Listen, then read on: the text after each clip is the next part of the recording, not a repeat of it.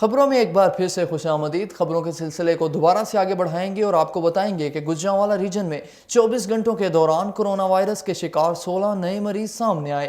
Gujranwala region میں corona virus کے شکار مریضوں کی تعداد 8442 ہو گئی۔ فوکل پرسن محکمہ صحت ڈاکٹر نصرت کا کہنا ہے کہ گوجرانوالہ میں کرونا وائرس کے شکار مریضوں کی تعداد 3347 ہے۔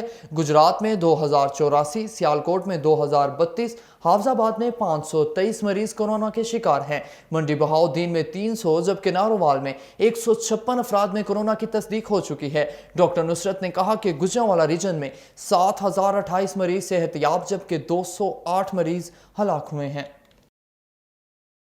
ڈی ایچ کیو ٹیچنگ اسپتال گوجرانوالہ میں او پی ڈی میں آنے والے مریضوں کی تعداد 2200 سے 2500 اور ایمرجنسی میں آنے والے مریضوں کی تعداد 1200 سے 1500 ہو گئی ہے۔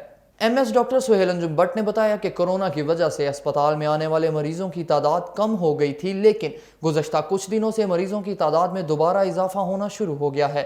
ہسپتال ٹراما سینٹر کو international state of the art بنایا جا رہا ہے، جس میں آنے والے مریضوں کو ہر قسم کی طبی سہولیات فراہم کی جائیں گی۔ ہسپتال میں فائر فائٹنگ کے حوالے سے طبی عملہ کی فرضی مشق ٹراما سینٹر، میڈیکل فلور اور بچہ وارڈ میں کروائی گئی۔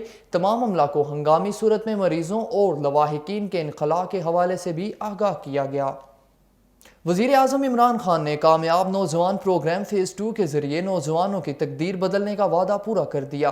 حکومت باصلاحیت اور ہنرمند نوجوانوں کی مالی مشکلات کے خاتمے اور انہیں قومی معاشی دھارے میں شامل کرنے کے لیے انتہائی آسان اقساط پر قرضے دے رہی ہے۔ سینئر رہنما اور ticket holder P T I N 81 Chaudhry Muhammad Siddique Mehr نے اپنی رہائش گاہ پر یونین کونسل 12 کی ٹائیگر فورس ٹیم کے ساتھ ملاقات کے دوران گفتگو کرتے ہوئے کہا کہ ملک کے نوجوان اپنی اور اپنے خاندانوں کی قسمت بدلنے کے لیے اس موقع سے بھرپور فائدہ اٹھائیں اور ملک کی ترقی اور خوشحالی میں اپنا کردار ادا کریں۔ ان خیالات کا اظہار کے موقع پر گفتگو کرتے ہوئے انہوں نے مزید کہا کہ عمران خان ملک کو معاشی بحرانوں سے نکالنے کے لیے پرعزم ہیں اور انہیں نوجوان نسل کی قابلیت پر بھرپور اعتماد ہے۔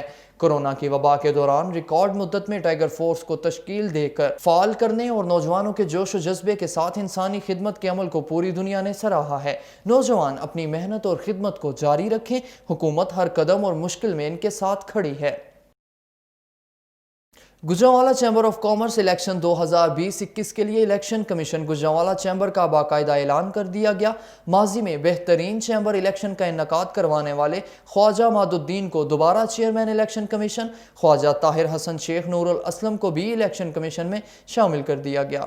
ایگزیکٹو کمیٹی کے ہونے والے اجلاس میں تینوں ناموں پر متفقہ طور پر اتفاق کر لیا گیا ہے۔ خواجہ حسن ہلاک گروپ، خواجہ ماد الدین ضیاء اللہ عرفانی، انور اسلم عرفان سہیل گروپ کی طرف سے الیکشن کمیشن کے لیے نامزد کیے گئے، جبکہ الیکشن شیڈیول کا باقاعدہ اعلان کرتے ہوئے کراچی شیڈیول کی منظوری دی گئی ہے۔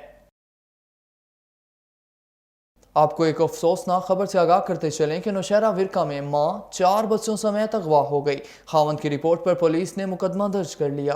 نواحی گاؤں فتح کی رہائشی نسیم بی بی زوجہ محمد یونس گوجر اپنے 4 بچوں سمیت 12 دنوں سے لاپتہ ہیں۔ مقامی پولیس نے اس کے خاوند کی رپورٹ پر محمد شریف سکنہ کوٹلہ سعید خان اور یاسمین سکنہ کوٹلی مچھرا ضلع گوجرانوالہ کے خلاف اغوا کا مقدمہ درج کر کے مزید تفتیش شروع کر دی ہے۔